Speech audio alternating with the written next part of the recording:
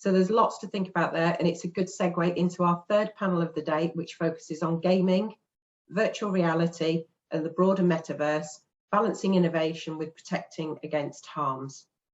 Now we welcome our moderator, Kayasu Kavala, Principal Policy Innovation, Head of Region, Europe and the UK at Access Partnership. Hi Kayasu, over to you. Hi, and greetings from very snowy and still very cold Lapland, something which is always fun. Are my panelists in the house? Can you advise me that much? I can't see them, but Yep, they're all there for you, and Petra will let you know. Thank brilliant. You. So then I just can say that it's my great pleasure to invite you all virtually to this exciting metaverse panel. We have amazing panel, as we have panelists from Meta, from Tencent, and Swedish regulator PTS. As we all talk about metaverse, it's like the latest buzzword we have, but it actually can go back all the way to 1990s. At the moment, also, it lacks a universal definition. It is typically conceptualized as a network of immersive digital environments where we people can interact, game, work, and shop, usually with virtual reality headsets connected either to mobile broadband or fixed line. There's huge hype and investment among tech and financial communities, which clearly has also led to massive market valuation of projects. There are some consensus around the principles on which the metaverse should operate. It should be decentralized, interconnected, and interoperable. And of course, it should be safe and trustworthy. In addition to high-speed, low-latency mobile connectivity, certain technologies are likely to be central to the metaverse and the fusion of our physical and digital worlds.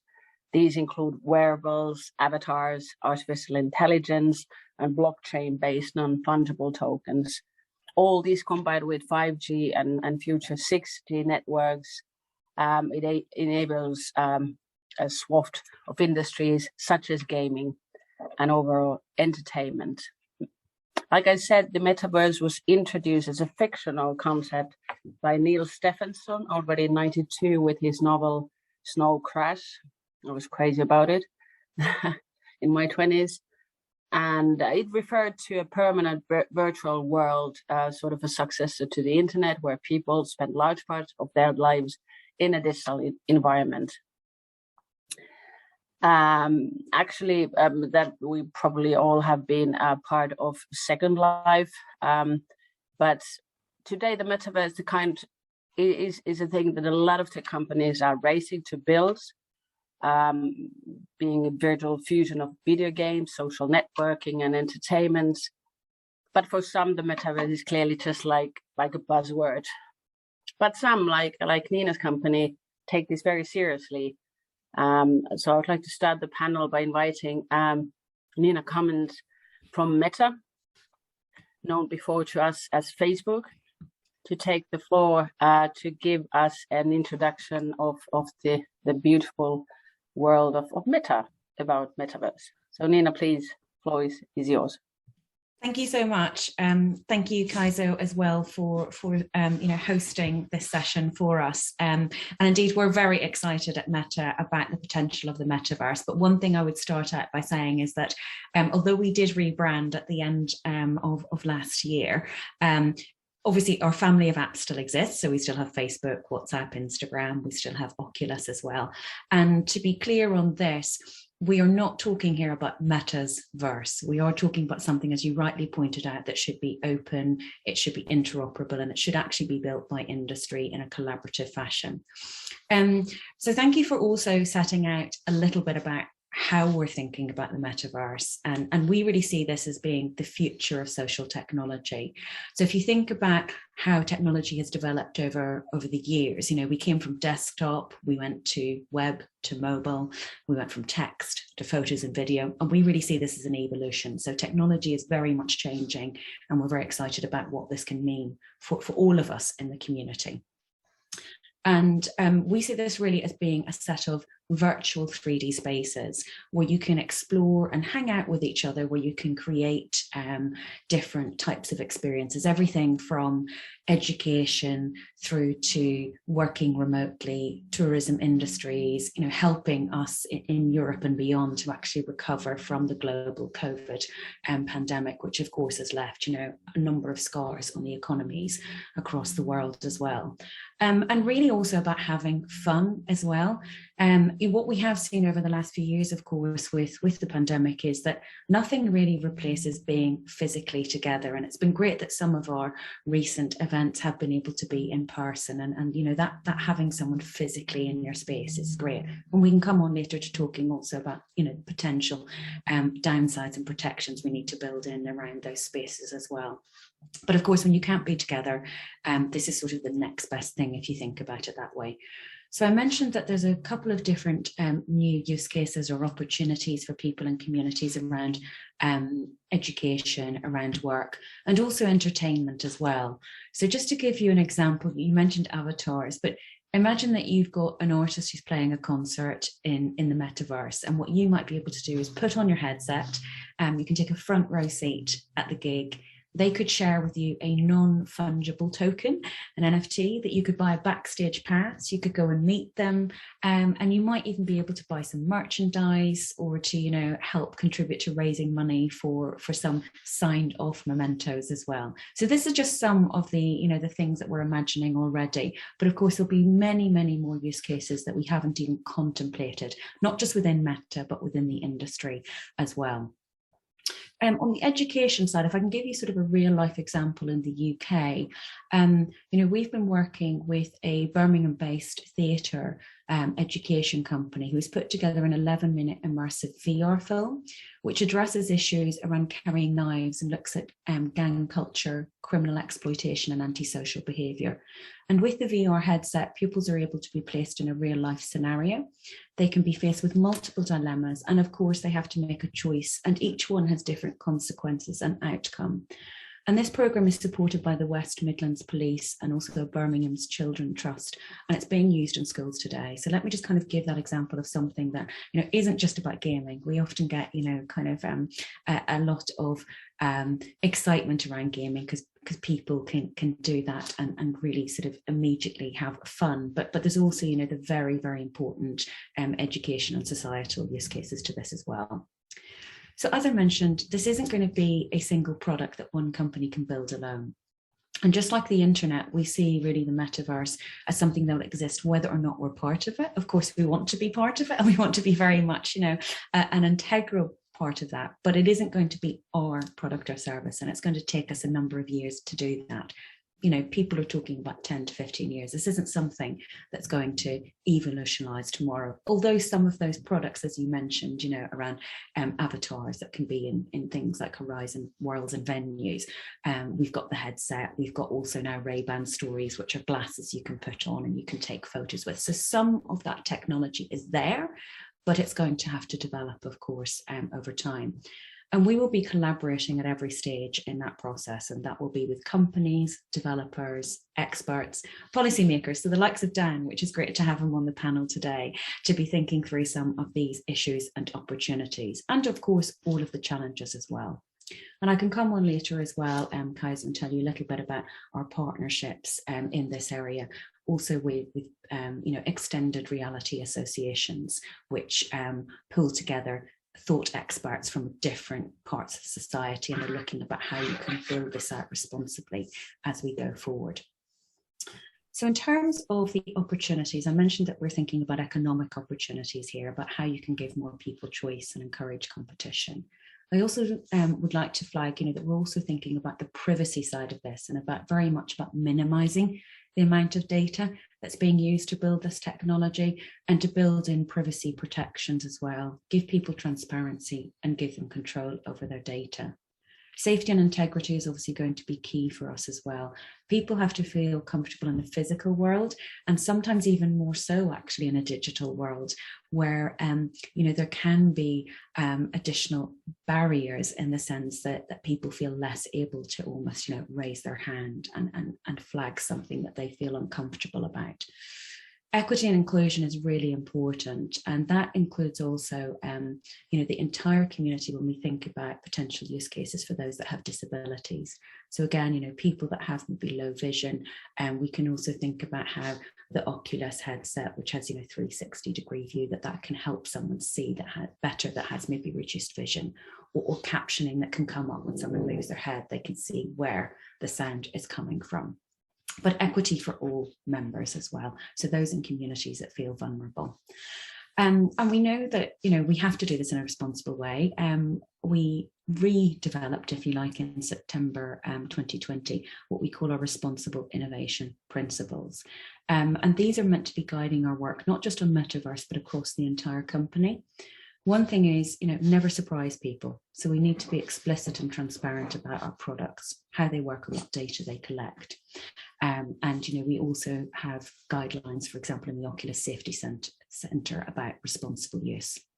We want to provide controls that matter, so things that people can actually usefully find, they can feel that it is giving them real control. And I can talk to you a little bit later about some of the controls we've rolled out as well, particularly for parents with children and being able to monitor that use.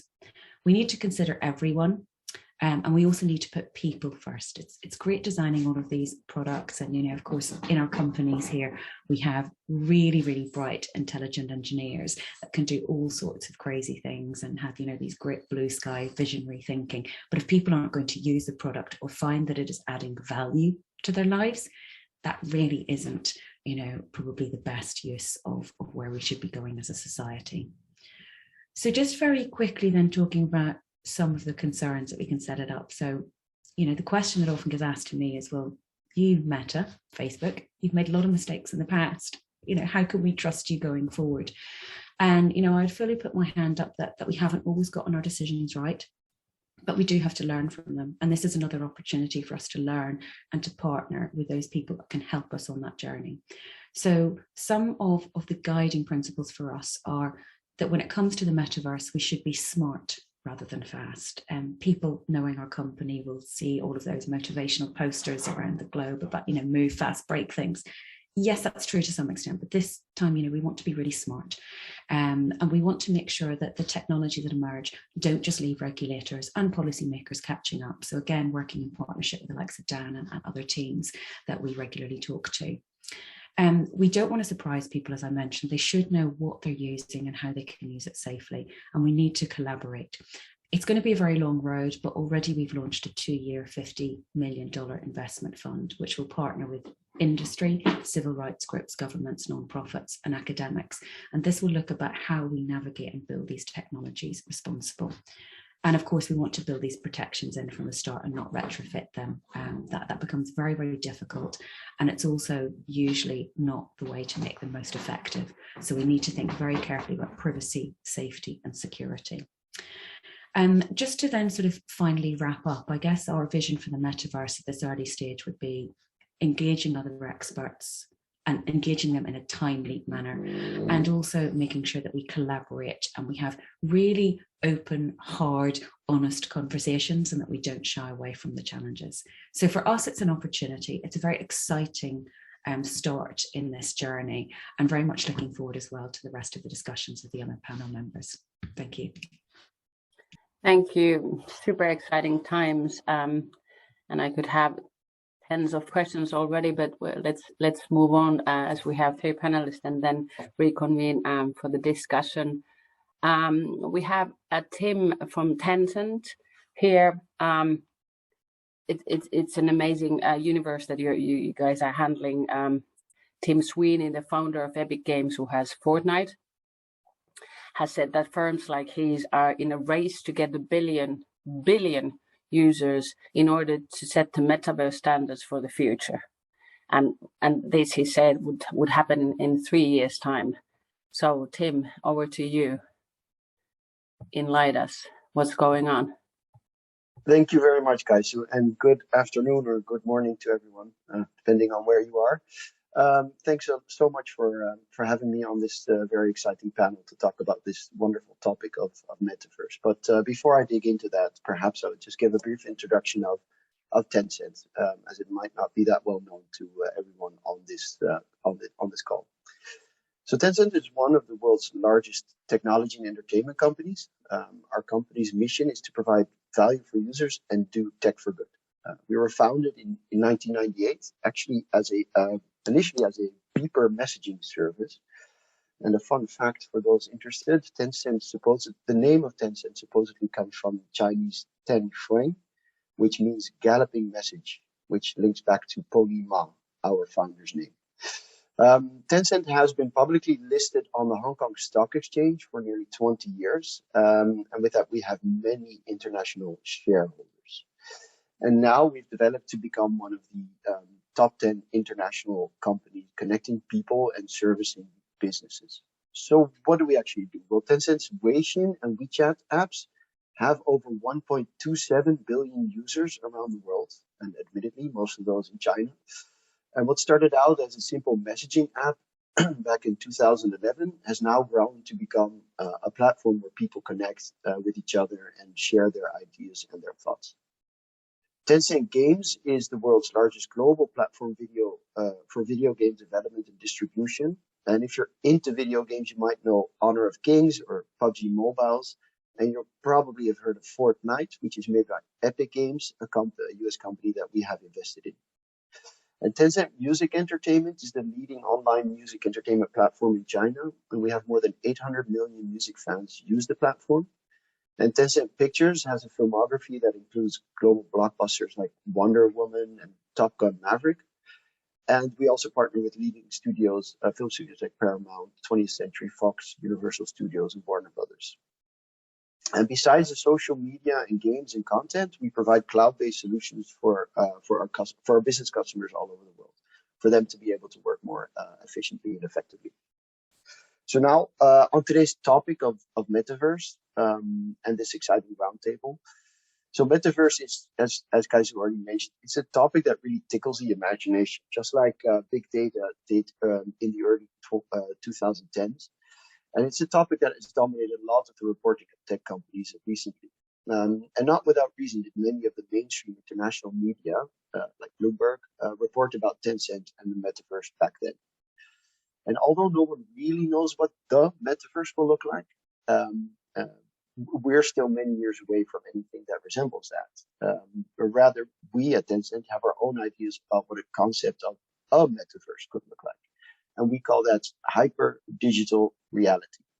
So for games meets social media, meets mobile payments, meets technology company, we can in all modesty say that we know a little bit what we're talking about. And some might say that we even have a slight edge. But fundamentally, games is about fun, about entertaining people in an increasingly immersive way. And social media connect people and communities and let them express themselves and establish relationships with other people on the other side of the world. And it's easy to use and process mobile or online payments, provide economic opportunities. And the fundament and the bedrock for all of this is of course, technology. And to process all the data that's generated in any type of metaverse, you really need to have massive computing power. And as I said, at Tencent, we call that such a concept, the hyper digital reality. And it's really, you should envisage, it's where the physical and the virtual worlds constantly and seamlessly blurred and enriched. And where thanks to the groundbreaking digital advancements, real world experience are enriched. And this in turn creates even greater possibilities for the millions of users. So one example of how we did this, and I'll speak slowly so I will allow the picture to come on, is how we do this at Tencent, was a recent virtual live concert by the Irish 90s boy band Westlife, and nearly 28 million viewers on our Weixin platform listened to the music shows with songs like My Love and Uptown Girl. And fans opened their location functions within Weixin to show the band where they were. and many viewers sent digital gifts to the band through the platform to show their appreciation. This is an amazing experience that lets millions of fans connect with their favorite band, and where the real world, a concert with live singing, is experienced through the digital world. And now, what does hyper digital reality mean for the perspective of a games company? Well, first of all, video games are driven by technology, and without the 3D technology, there would be no first-person shooter and other game genres that we have today. And the computer revolution is still going on, and there will be more technological developments shaping the future of video games. And let us not forget how video games also have formed the basis of technological progress in their own right. The technology in some video games has inspired medtech applications that allow doctors to execute precise operations remotely. So secondly, we need to expand the meaning of video games. And you used to use a mouse or a keyboard or a gamepad to play a game, and now you have VR and AR. And in the future, there will be more operational modes to play a game. And games can be expanded to more applications, and everyone should be open and dynamic to those possibilities. And we hope to break the cognitive inertias and limitations through the hyper-digital reality and explore the future possibilities with the industry, of course. And thirdly, video games provide a broader way to connect people with society, which could create value in real life. And a metaverse with millions of players, with all that user-generated content, allows for a wealth of expressions of individuals. And a lot of content in video games has become reality as well. So esports is a good example where digital sports scene in the real world derived from video games. So fundamentally, guiding our thinking of any future metaverse will be our mission for value for users and tech for good. And if we provide the right user experience through our games or social platforms or communication services, then whatever that future concept of a metaverse will be is the one that we will be proud of. And we expect this digital reality would connect the virtual world with reality and connect people with people and connect people with ideas and interests, while driving the technology advancement and creating more possibilities. And to conclude, besides the picture I just showed, a short video that Tencent Music Entertainment Group launched on New Year's Eve of 2021 to invite its users to a metaverse-like party world called TME Land, to together call in the new year whilst enjoying a virtual party. I hope you enjoy this one. 在虚拟音乐时空蹦迪跨年是一种什么样的体验？2021年12月31日，在 TME 首个虚拟音乐嘉年华 TME Land，110万乐迷和五月天、周杰伦以及全球百大 DJ、Lumin、Dexter King、知名 DJ、Vicetone、Anti Journal 等音乐人一起，开启了超现实跨年新纪元。在这个潮酷动感的未来音乐世界上，充满探索精神的数字居民们在海螺迪厅蹦迪，在热气球上环岛观光，在雕像广场留影，在游戏空间尽情玩乐。这是个神奇的音乐国度，连 NPC 都是真人担任，装扮风格各异的游客在这里遇见同类，打招呼、送鲜花，相约一起蹦迪。高峰期更是集结10万乐迷在线同屏蹦迪，舞池造浪，场面壮观。这一晚的浪漫，海螺迪厅的表白墙全程见证；这一晚的快乐，从天而降的红包雨替你记得；这一晚的感动与惊喜，在五月天与周杰伦的梦幻联动中，在万人挥舞的荧光棒海洋里，更在跨年倒计时绽放的璀璨烟火中。Hello， 2022 TME Land， 期待与你相遇。Fantastic. I can see my daughter emerging in that reality and not getting her out for a week. So that might be a challenge to present. Thank you so much. And thank you so much for Dan, a regulator, to be present. It shows how progressive we are in the Nordic countries. So even in that sense, we have PTS here with us. I could imagine that the regulatory framework could struggle a bit to keep pace with all these technological changes. So I think us as an industry, we have to be very careful and do the user education awareness net and other things that Nina actually already was mentioning. But how does the Swedish regulator PTS prepare itself to metaverse then? Okay, thank you very much for that question, Kaisu.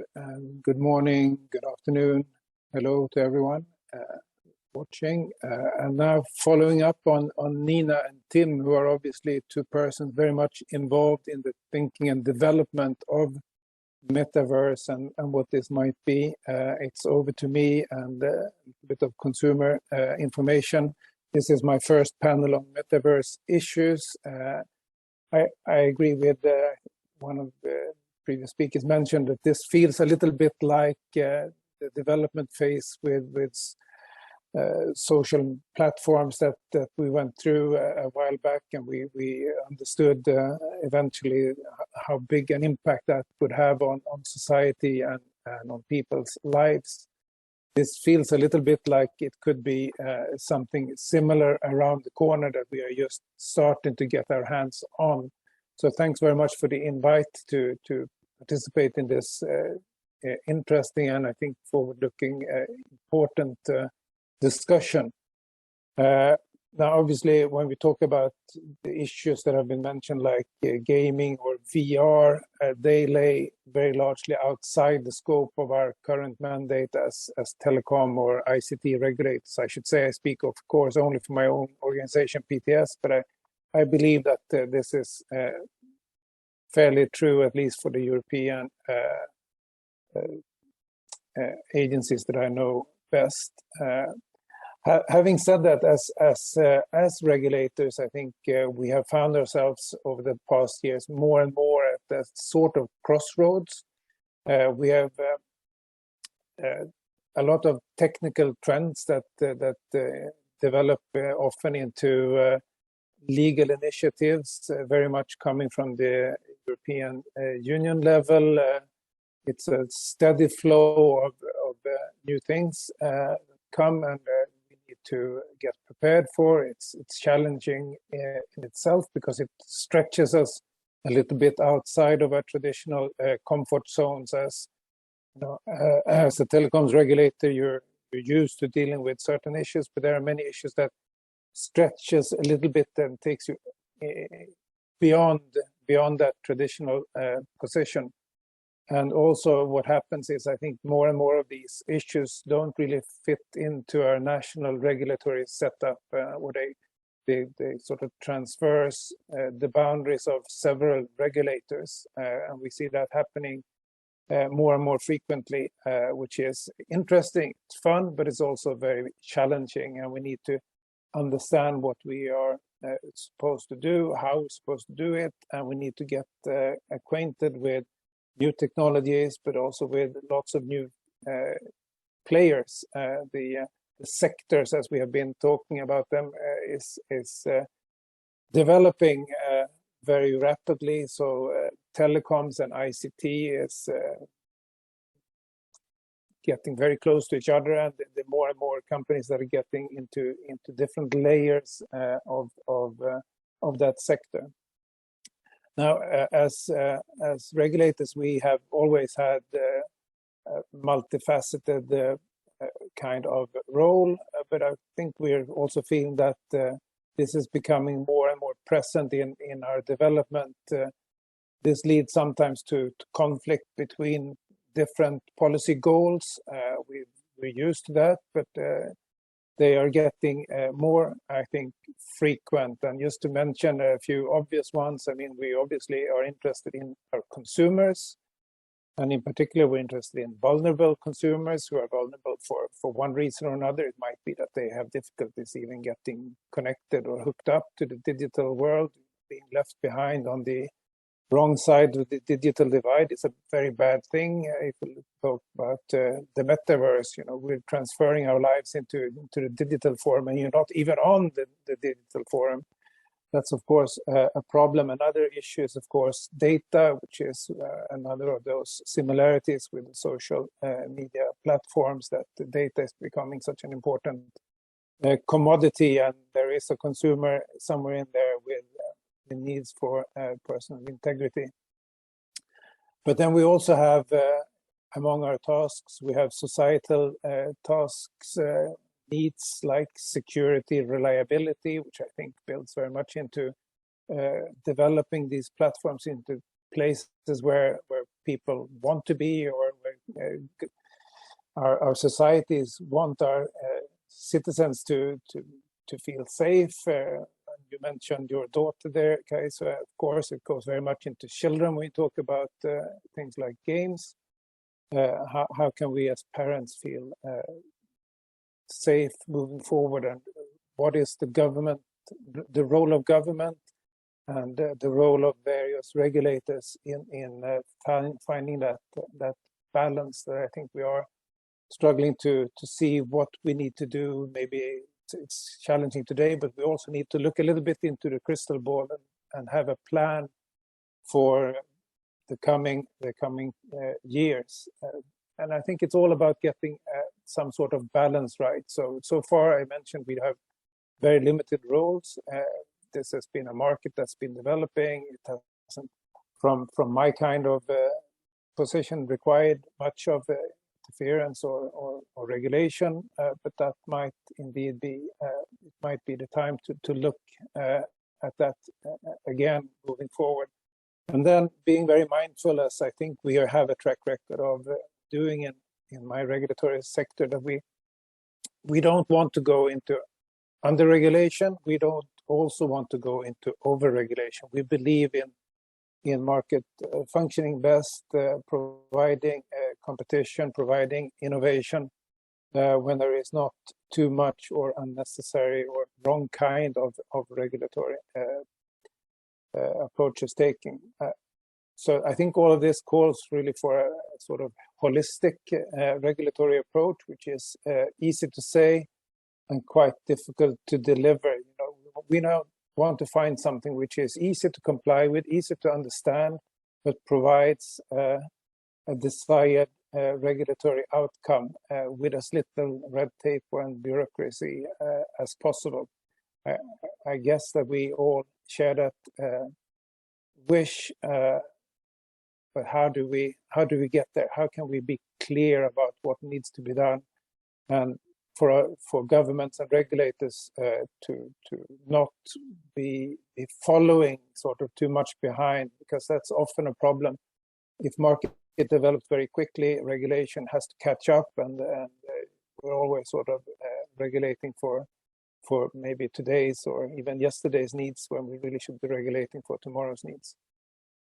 I think final word from me in introduction is that I think there's very much calls for continuing with what I think we're doing fairly well, is having collaboratory approaches, meeting the people who know best what we should be thinking about. And I think that's one of the things we're doing here today, and I think that's going to be very important to continue to do moving forward. So that's all for my introduction. Thank you. Excellent points. Let's continue right away about the data issues that you brought in. The personal data privacy issues will probably be mostly issues that you will handle with the operators. Nina, you mentioned something about cross-industry collaboration, and your founder letter in 21, I believe, October, stated that privacy and safety should be embedded into the metaverse from the outset, as well as new forms of governance. So I would like to invite you both to give your views how this could actually happen in practice. So Nina, if you wouldn't mind jumping in. Of course, yeah, no, thank you. And it is, I mean, it's an area, of course, where we see increasing challenges. You know, that the more uses we want to make, they will require data to enable them to function, but also from an analytics perspective. And of course, you know, when we want to share things, we're sharing data about ourselves as well. So that becomes a challenge on the one hand of wanting to be able to fully enjoy these products. But as you then rightly say, it puts us into another potential problem of how does that sit with data minimization principles, which are in GDPR? And I think this is going to be a real challenge, not just for us, but for others within the community. So if I can just kind of give you a couple of examples of the things that we are working with the Extended Reality Association on. And just to give you a little bit of background maybe on that actual organization. So it is something which was founded together with Google, with HTC Vive, Microsoft, and Sony Interactive Entertainment. And then Oculus from Facebook is a founding member as well. And what the association is tasked with doing is to promote responsible development and adoption of virtual reality, augmented reality, and mixed reality. And the way in which they're doing that is that they have drawn members from a broad ecosystem of the extended reality industry, which will include everything from headset manufacturers, technology platforms, component and peripheral companies, as well as internet infrastructure companies, enterprise solution providers, and also corporate end users. So part of what they're looking at in terms of privacy is to then recognize that obviously VR transports us into a wholly different world, and we need to have devices that localize within our own space. So that will be information around location setting as well. There'll be sensors, there'll be mapping as well. There will be sensitive information, tracking, for example, your hand movements, object recognition, potentially face recognition.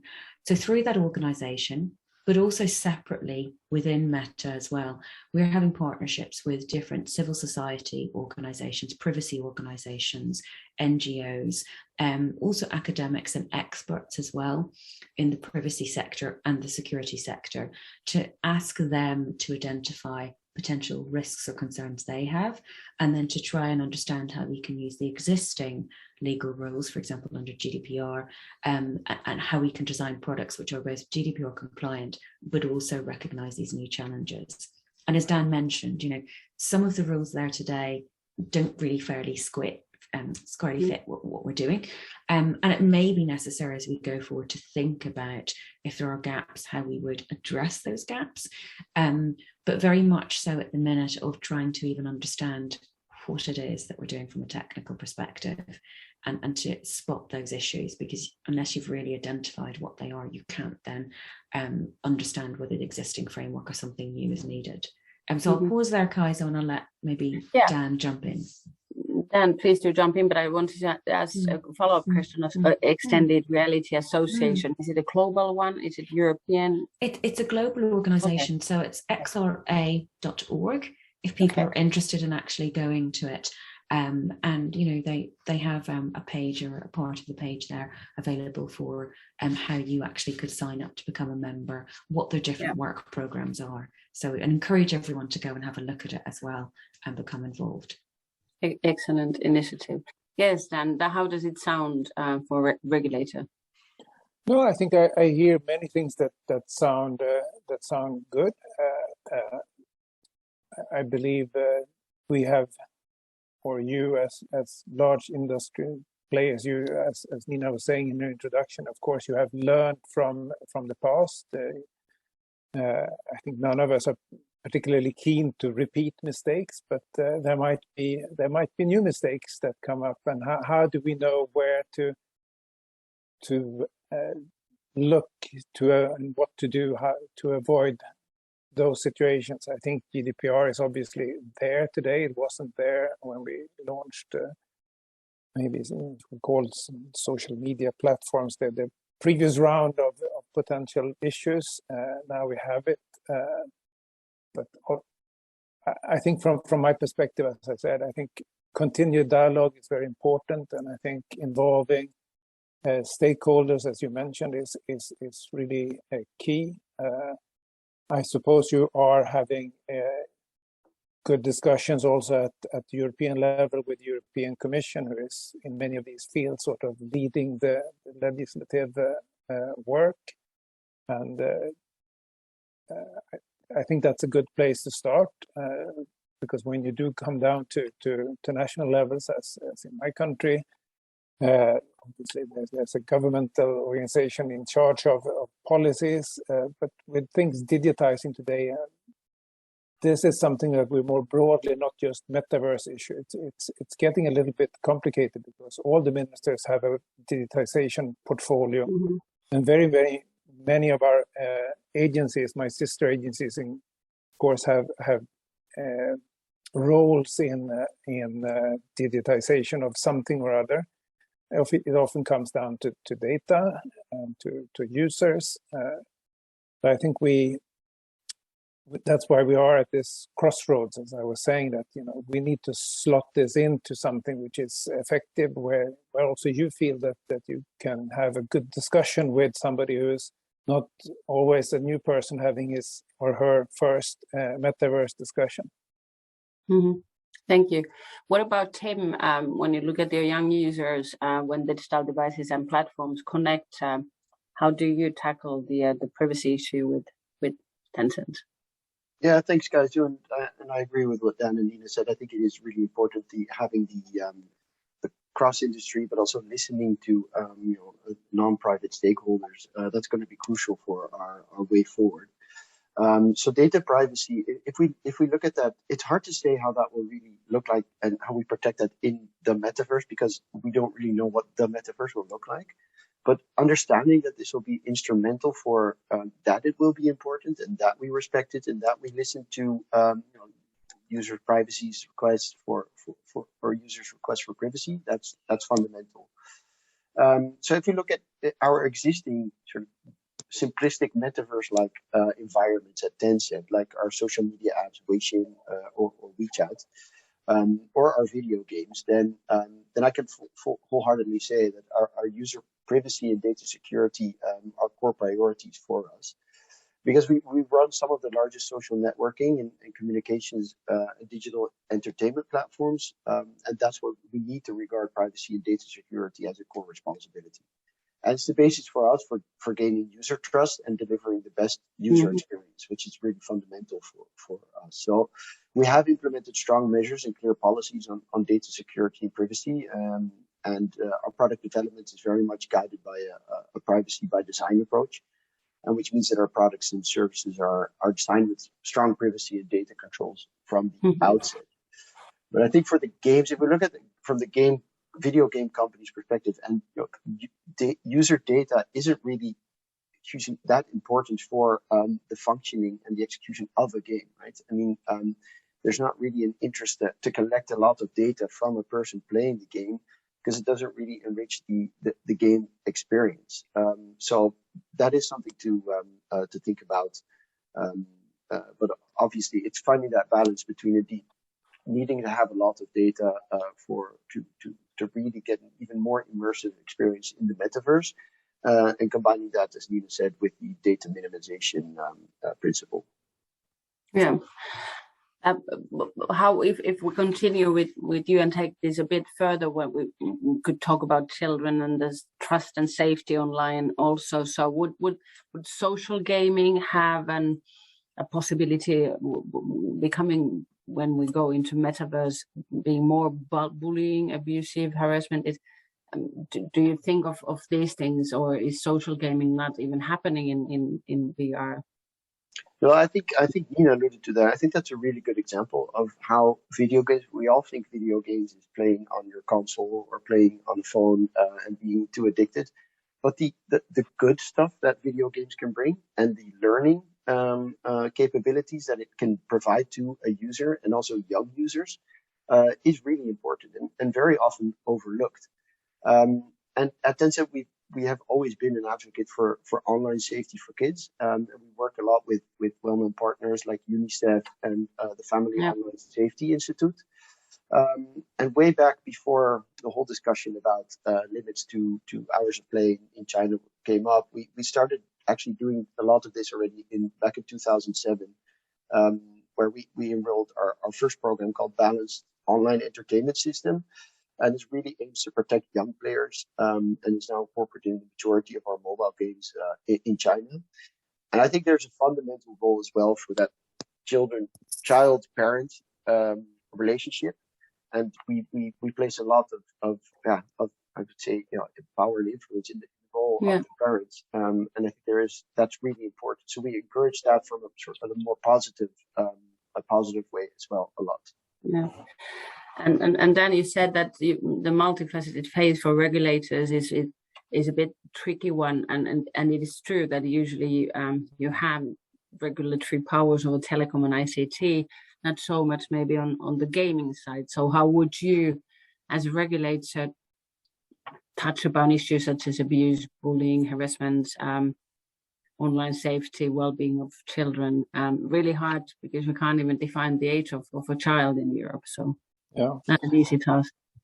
yeah, and even before we get there, I mean, in most European countries, including my own, I mean, we don't regulate data. There's a separate regulator for data, and content is often a separate function as well. Child safety, I'm sure, is in several different functions.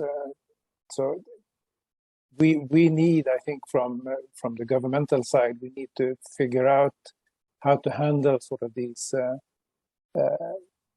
new topics that go beyond our traditional silos, to provide somebody who's or function which is better at speaking to the needs of both developers and companies like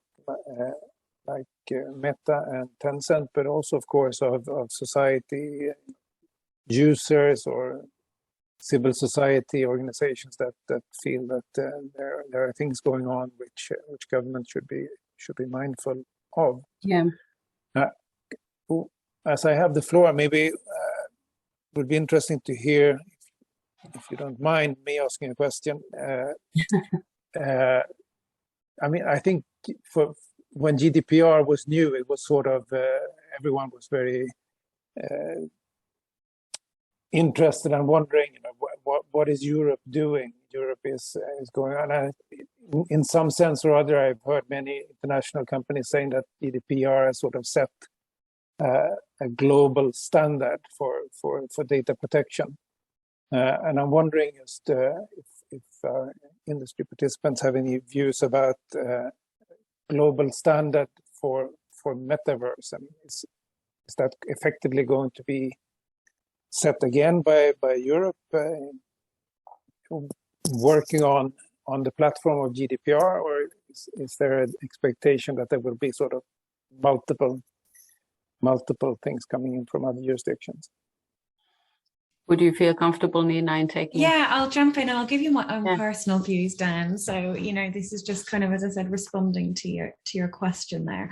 It's a really good question, and you know, something which I think there has been a trend, as you've rightly identified, around European models becoming global standards, and we see that in different areas. I mean, with the Digital Markets Act and also the Digital Services Act, the latter still being in the pipeline, and the form of the Digital Markets Act having at least had political agreement last week.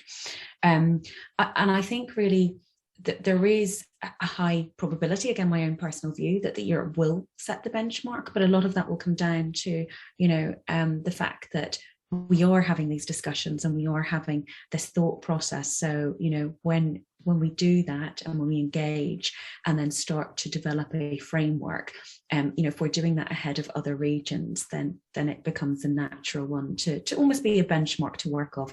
Other regions may do slightly different things, and we see that again, even with, you know, GDPR. I'm working very closely with a number of colleagues in the Middle East, which is also part of my region, and you know, they're now doing data privacy laws, which are lifting parts of the GDPR, but maybe not all of it.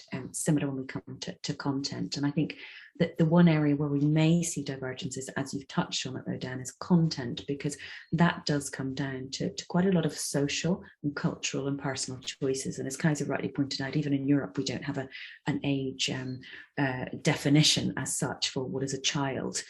We do for adult, but in that sort of, if you like, grayer area up until 18 years old, that's hard. And it's hard not just in data privacy law, but we see it even, you know, historically going back to criminal law itself, as, you know, when should a minor be treated as having sufficient intent that they could be tried as an adult.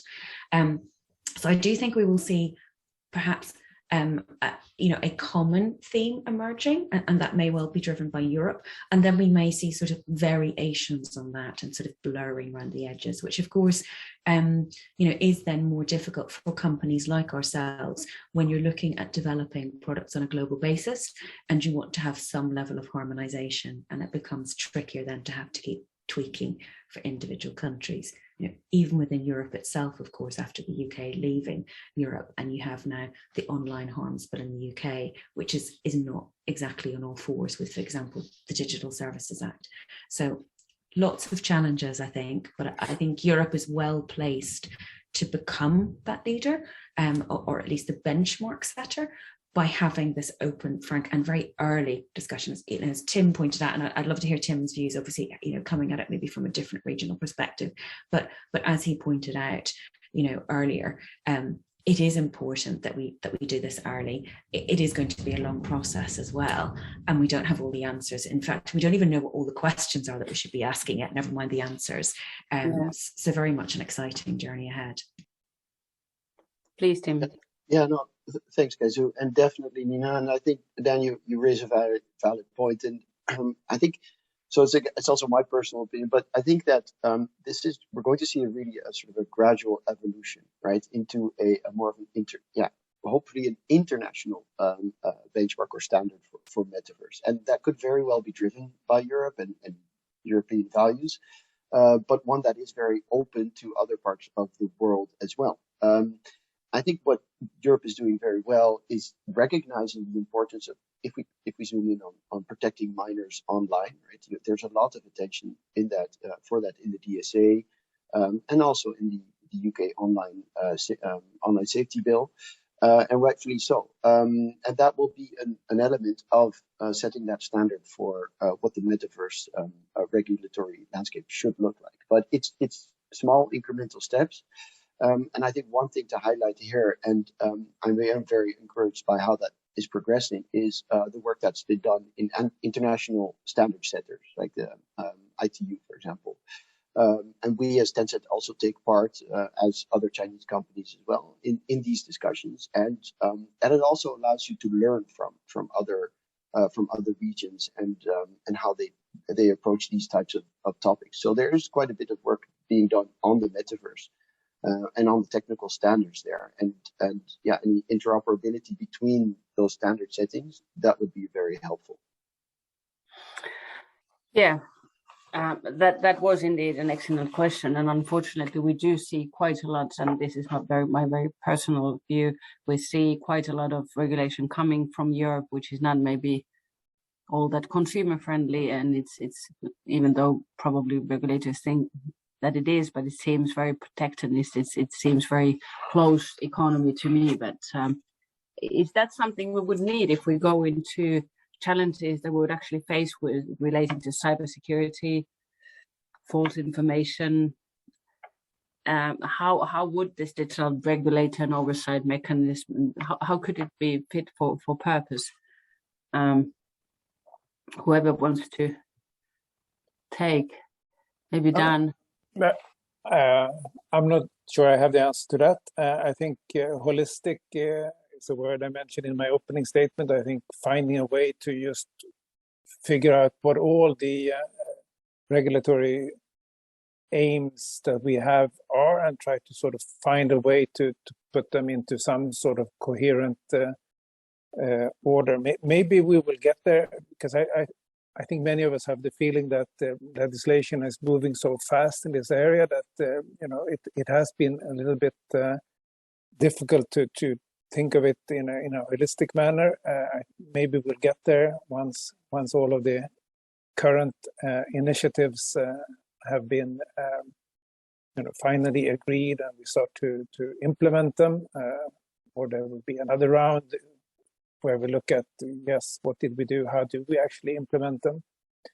That could be for the next commission period. I don't know. This is speculation and guesswork from my side. I have absolutely no insight into that. I wanted also maybe to comment on something that I think Tim mentioned there, which is standardization. And I think that's indeed a very valid point. I mean, the standardization work of the ITU and of other standardization organizations is I think going to be important, and we see, for example, that the standardization bodies are now looking at things like cybersecurity, which is I think helpful in trying to see how far at least we can get with standardization at a global level. Of course, that has its challenges, as we all know as well, with globalization not always being the word on everyone's mind as to how our society is developing at the moment. Mm-hmm. Anything you'd like to say, Nina, on this false information, cybersecurity, needed digital regulation and oversight mechanism? Yeah, so I would say, sort of coming back to Dan's point, that I think the key here is about collaboration across different regulators or you know, those different stakeholders that have different competencies, because you know, we're not talking here about setting up a new supra international or national body. That in itself would take an awful lot of political buy-in and a long time to get off, even within a particular country, never mind across a particular region.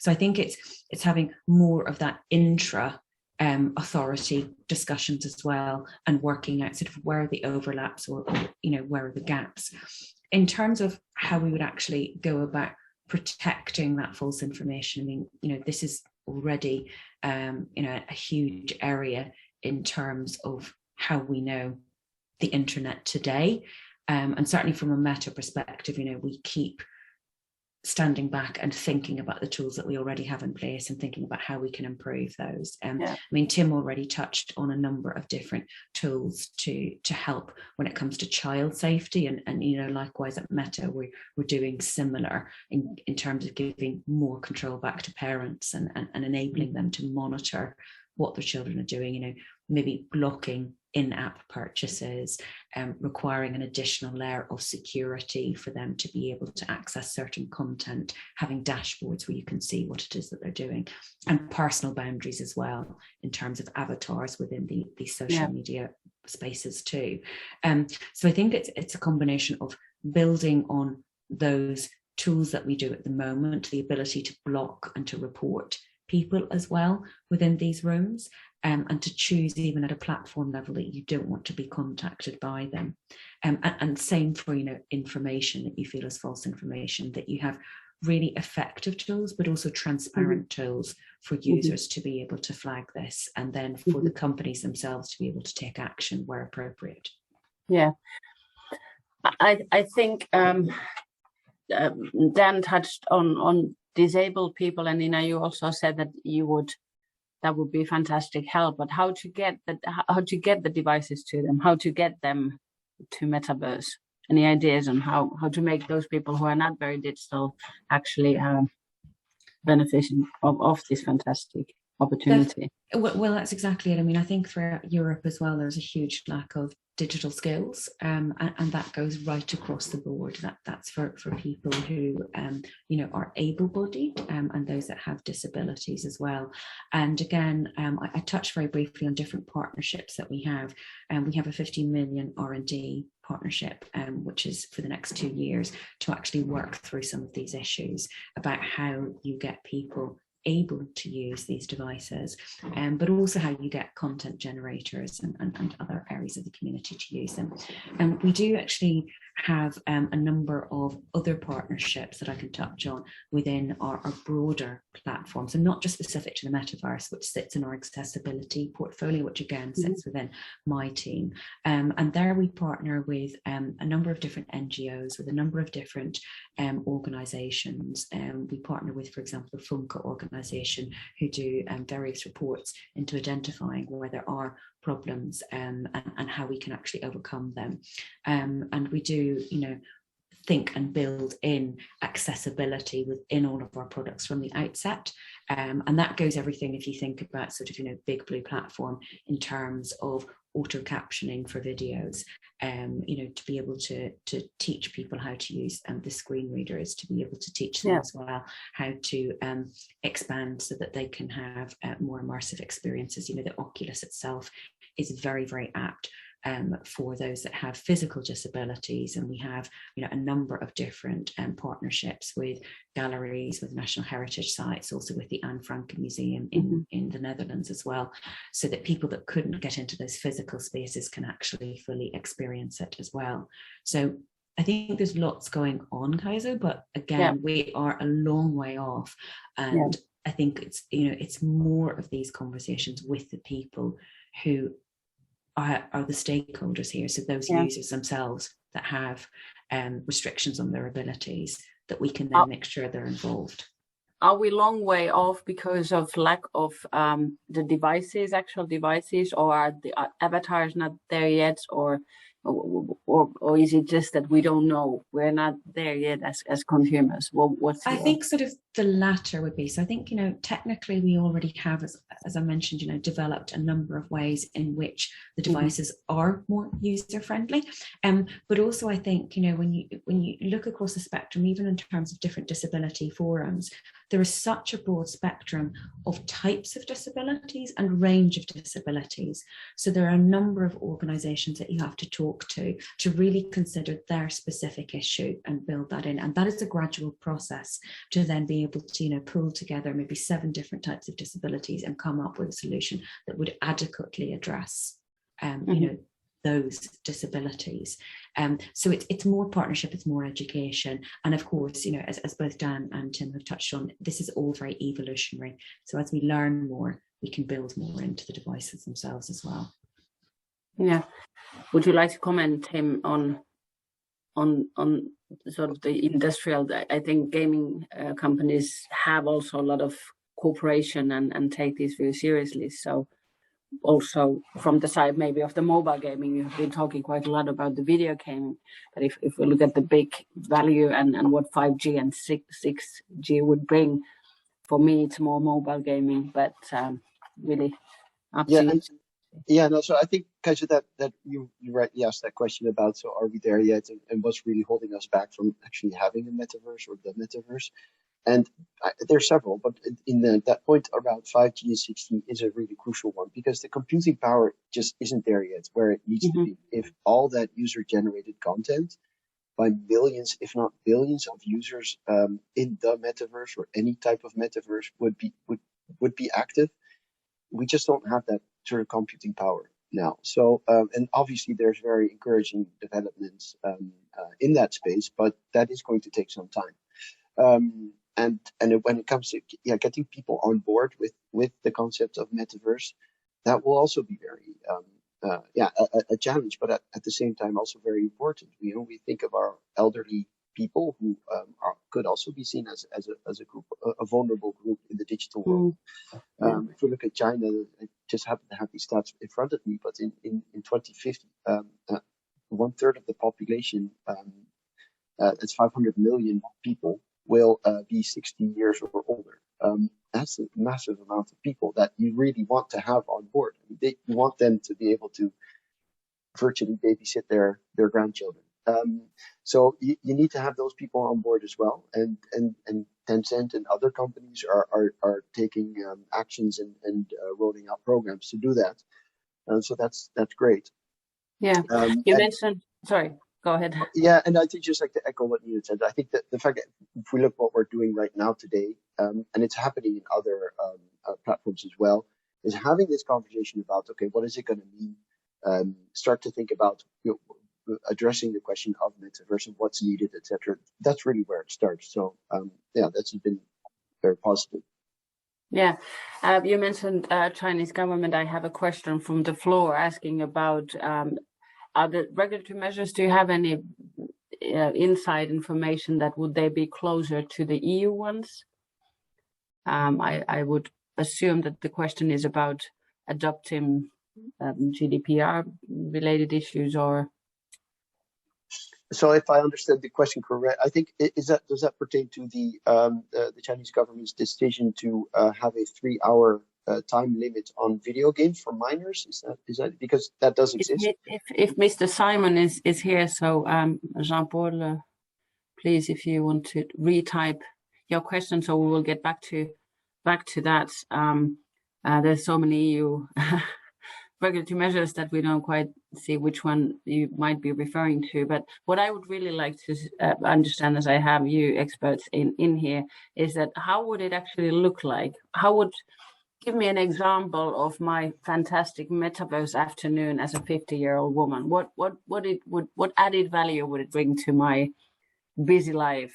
I love reading, I love traveling. So give me something, Tim or Nina. Where should I park my few minutes? Well, certainly we do have an external facing part of our website. If you just type in metaverse and type in even Facebook, it will bring you up to that. And there's also a series of small videos that you can click on, which will explain what the metaverse is, or at least what we think it is. And then it will also explain to you different types of use cases, whether that's from gaming, from education, from home entertainment. And it will connect you out to links as well to other websites where you can see additional information too. So I think that's kind of the starting point, but I know what you mean, Kaiso. What would you do? In terms of, sorry, what would I do? If you would have an entertainment, a moment of relaxation, where would you go? Oh, right. Yeah, sorry, Kaiso. In terms of mine, I think I would go into our Horizon worlds and Horizon venues where you can actually feel that you are physically sitting beside your parents in their living room, and you can see all of those horribly embarrassing childhood photos up on the wall, and you can sit beside them on the sofa. You can actually interact with them and hear and feel that they are sitting to your left-hand side or right-hand side. You can watch a game together, a concert together. Tim, the one with Westlife would just really, I think, sort of touch it all for my folks back in Ireland. So I think that would be what I would do for my few minutes to relax. What would you do, Dan? Well, I was sitting here thinking a little bit about sustainability from one of the comments that Tim made about data, and we don't really know how to deal with all the data. There has to be an electricity bill somewhere for all that data being treated.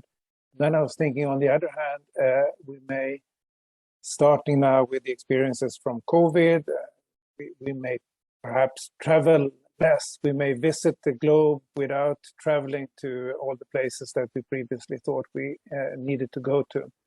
So maybe my afternoon off in the metaverse would be traveling somewhere and experiencing something that I haven't seen before. Thank you.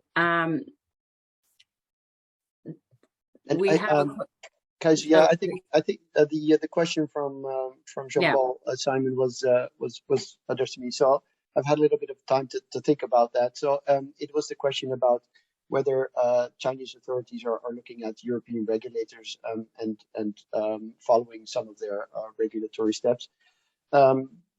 I believe all regulatory bodies look at each other, obviously, and if we look at in particular in this realm of metaverse, the Chinese government has banned cryptocurrencies last year. That's quite a far-reaching development, but at the same time, China is also very advanced in adopting blockchain in very specific certain use cases. So I think that is something they obviously will look at. We at Tencent, we adopt, if we look at data privacy, GDPR is really our default, and we adopt very high standards of data privacy. And secondly, to your question of what I would do in the metaverse afternoon, I echo what others have said. I see there's a lot of yes, there's downside. Well, there's obviously massive benefits, and the sustainability and the environmental impact is one of them. You just think about the Westlife concert. Westlife, they just did it in their London living room, right? They didn't need to fly over to China. The 28 million viewers, they didn't all need to take a train or a car to the concert, where not 28 million, but maybe 50,000 fans would have been. So it's allowing people to enjoy these possibilities. But at the same time, this is fully my personal view. One of my favorite sort of cartoon videos is called WALL-E. And for those of you who know, it's a little robot garbage cleaner who, 200 years from now is tasked with cleaning up the earth. And all fat human people have started living in other places. It is a bit of a doom scenario, right? And I think we also have to be slightly mindful of what it all means, right? If we're only going to just enjoy the metaverse from our living room, without that social contact interaction that you have, which Nina rightfully addressed in the beginning. To have that that personal touch as well is going to be important. So yeah, that's my metaverse experience. Thank you so much. I would like to thank the panelists. We hear that there's still a lot of road to be taken, and there's a lot of things we should be doing together. I think the world, it is out there, but at the same time, it's not quite there yet. We are not in the snow crash novel either. It feels something that we're doing something good together for sustainability issues. Fantastic to have ITU involved in standardization, but still a lot of multiples to fulfill to be all the way there. Thank you, Nina. Thank you, Dan, and thank you, Tim. And over to you, Lynn. It was a great pleasure to be this moment with you. Thank you. Many thanks to you all for a superb session. I know there was so much to discuss in a short space of time, so I know we will continue this conversation over the coming months. So thank you all.